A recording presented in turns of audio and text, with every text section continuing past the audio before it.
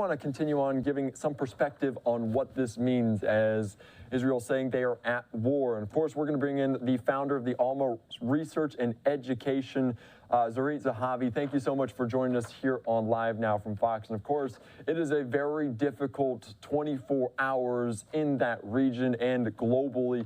Just give me maybe your initial reaction and what we're seeing there, and maybe how dire of a situation is it? My initial reaction, I just sent my kids away. I live 12 kilometers from the Lebanese border, and I just said goodbye to my kids and sent them away from the border to be safer away from the Lebanese border, because the feeling here that the south is not the end of the story, and things might escalate very quickly to the northern border as well. And here we have Hezbollah, which has 10 times more rockets than Hamas in Gaza. So it's going to be a different story comparing to what we've seen in the past days. And after yesterday and everything that happened, I'm saying that, you know, not as an expert, but as a mother,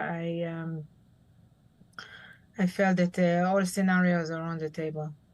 Yeah. And the unbelievable, the unimaginable became reality. The worst scenario that was behind our imagination, you know, extreme scenario that whenever when I was in the army, whenever we had exercises under these kind of scenarios, we said, it's just an exaggeration. It's not an exaggeration, it just happened. And actually, I can tell you that in the past year and a half, we had all the signs. And in ALMA Center, we pointed out that the Iranians are planning something really big.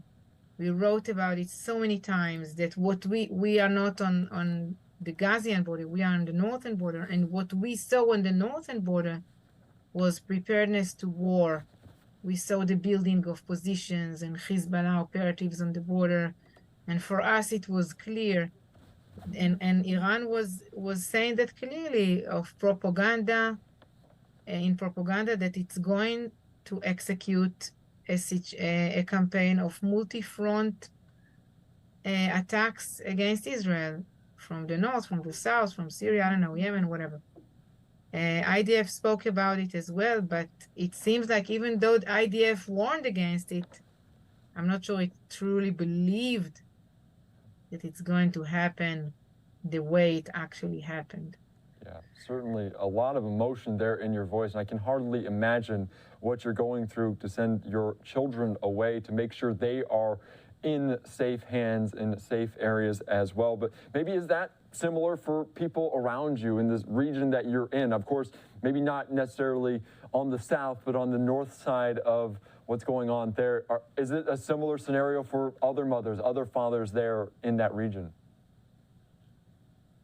Yes and no. It depends on where. I can tell you that in the communities which are next to the border, we have communities that the houses are meters away from Hezbollah.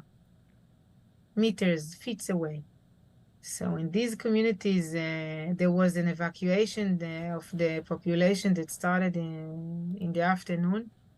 The mayors in the municipalities called them to evacuate. I'm talking about the north. It happened the same in the south. There were orders to evacuate the communities in the south by the IDF only today afternoon. But here in the north, when it hardly started, when we only had one attack of Hezbollah against an IDF position in the edge, if you like, of the border next to the Syrian border, other than that, provocations, but no more attacks.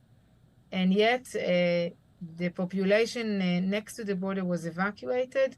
And in the afternoon, when the Minister of Defense himself ordered to evacuate the communities next to the fence, I live 12 kilometers from the border. It's considered far away in Israeli terms. I told my kids, okay, you're leaving now. Pack your bags.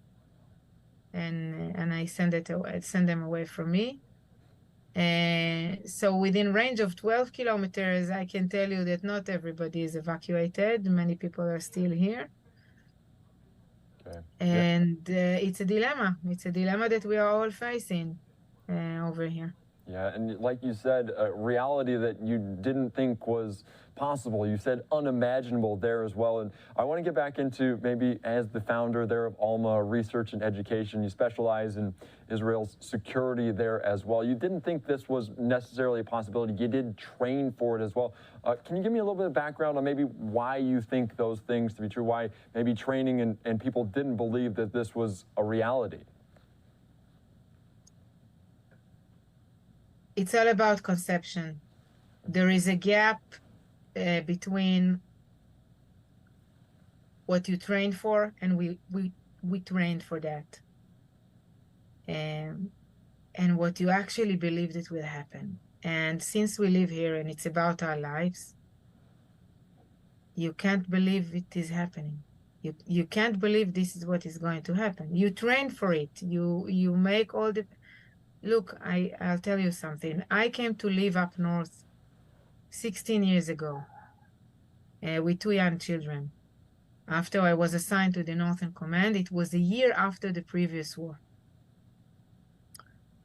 And since the day I moved here, I made plans to what will happen at the moment that I'm in now.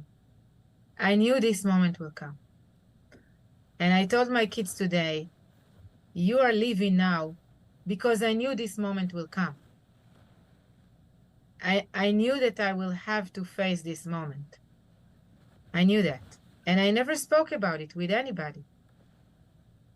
You know, I didn't want anybody to think I'm crazy or just exaggerating.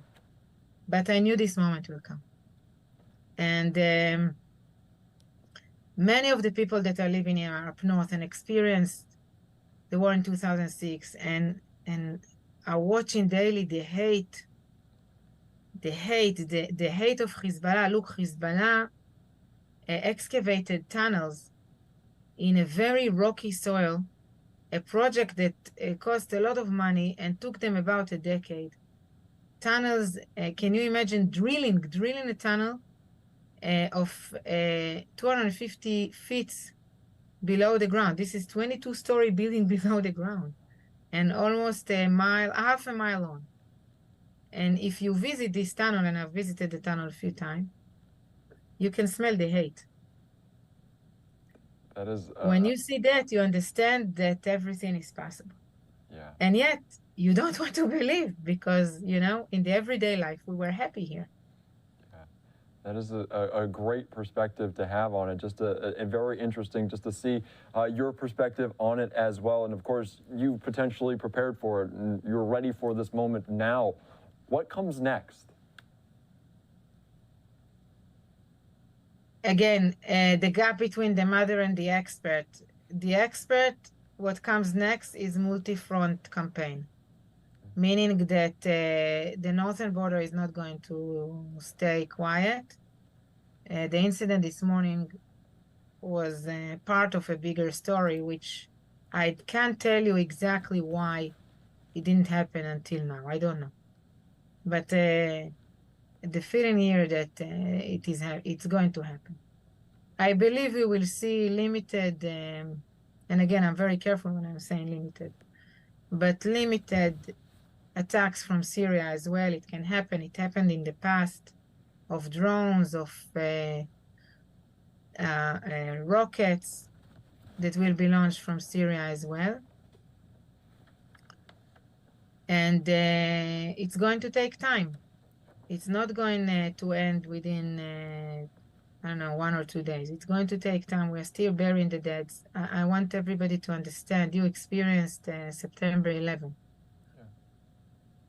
Yeah. In terms of 9 million Israelis, the amount of casualties is more than September 11. 700 dead, it means that everybody knows somebody that was killed today or yesterday. Everybody knows somebody, at least maybe more than one. Or a family that somebody was killed in this family. I personally know 2 families. Yeah. And we don't know all the names yet. This is a small country with a small population. 700 people dead, it's a lot of people. Yeah, I can only imagine. You can just kind of tell those impacts far and wide, especially in such a tight-knit community there. And I think a lot of Americans can relate to that analogy as well. Of course, the representative at the UN also making this analogy, comparing it to 9/11, September 11th, and those terrorist attacks as well. And we also heard from President Joe Biden, and I don't know, obviously, how much you have heard from him, but he is talking about how maybe he doesn't want other nations to exploit what is going on in Israel. Is that potentially a concern? Because obviously dealing with so much there on the ground, it might be a little bit vulnerable. Is there a concern for that as well? That more nations will exploit. The only nation I can think of is Iran itself. It is already, I didn't hear Biden, but I saw that Blinken said that there are no proofs that Iran is involved. Well, if he can call me, I can give him the proofs. I can show him the videos of Iran that were published in the past year. I can show him the photos of Hezbollah military operatives on my border. Taking photos of me, I'm taking photos of them, and the positions of Hezbollah on the borders. How can he say something like that? That there are no proofs that Iran is involved. It's, I don't know. And at the same time, I highly appreciate the fact that they are willing to. Just 1 minute. 1 minute. I'm sorry. 1 minute. I know we are live. You're fine. מור? מור?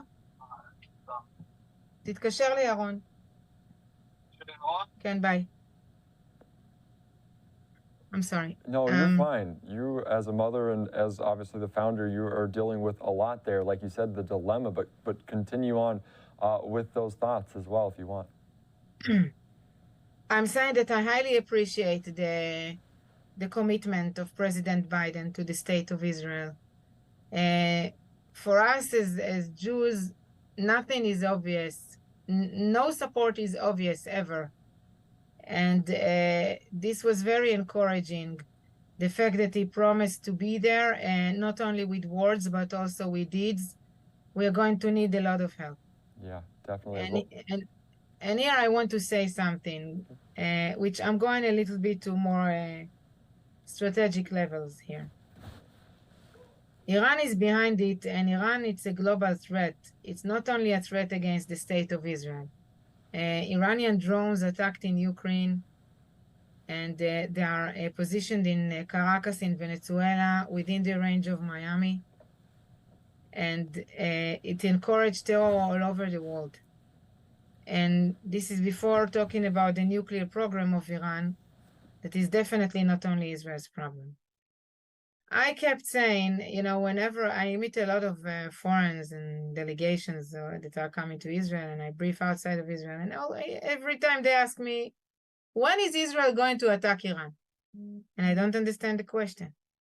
Why do you ask when Israel will attack Iran? I would want to see international community participating in whatever is necessary to make sure that Iran will not have nuclear weapons.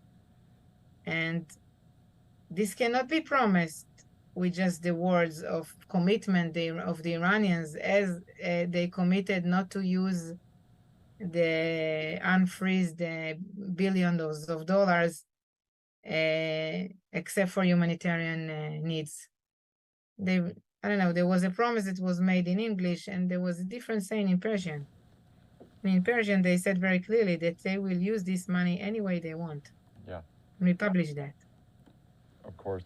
And we do want to, obviously, from your eyes and your perspective is very unique and certainly on the ground there as well. I do want to put up this tweet just to kind of make sure we're just giving all the facts here on Live Now from Fox. This is from Jennifer Griffin, who's saying that $6 billion, part of the American hostage release negotiated by the Biden administration, is likely fueled the invasion, are missing key facts. None of the money has been spent yet. Of course, that is according to our Fox News team. And of course, we're learning more and more information. This is a very fluid, ongoing... In this, I agree.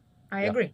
Yeah, it was not spent yet. I just wanted to lay that one out there for us, so all of our viewers here, everything going apart as well. I also do want to put up the tweet because you mentioned Secretary of State Antony Blinken saying he spoke with the authority there to discuss all of this, appalling acts of terrorism as well. Maybe in terms of what you're hearing from Blinken, in terms of what you're hearing from Biden, maybe what more can the Biden administration, what more can the United States do to potentially help in this very trying time?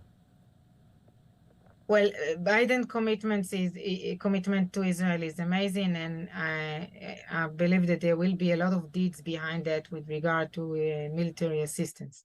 This is very important. Another thing that is important, which we're not there yet, is the framing. This is not attack, like Blinken said. This is a declaration of war against the state of Israel. Okay, when in Pearl Harbor, Japan attacked the United States, who declared war? United States. No, it was an act of war by Japan. Okay, we were attacked all over the south. Hundreds of Israelis were massacred. We didn't declare war. You cannot frame it this way. And it's very misleading. And eventually people that don't follow all the details here get misinformation and the picture that they shouldn't get. Third, it's the UN arena.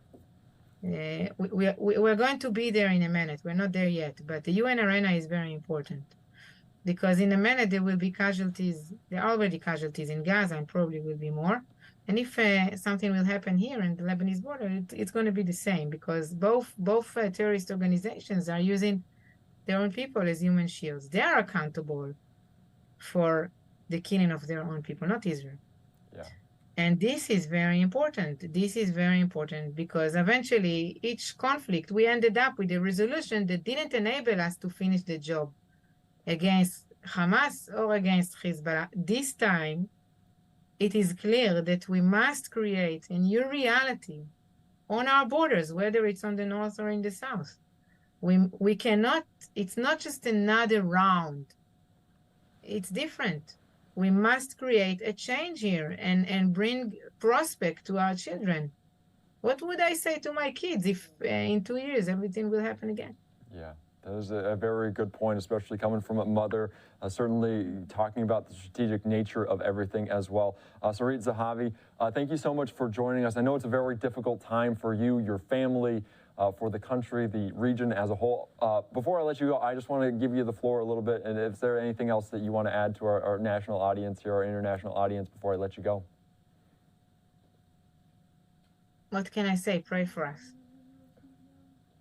That is a good point, and we certainly will. Thank you so much for joining us here on Live Now from Fox. Please stay safe throughout this whole thing. Thank you.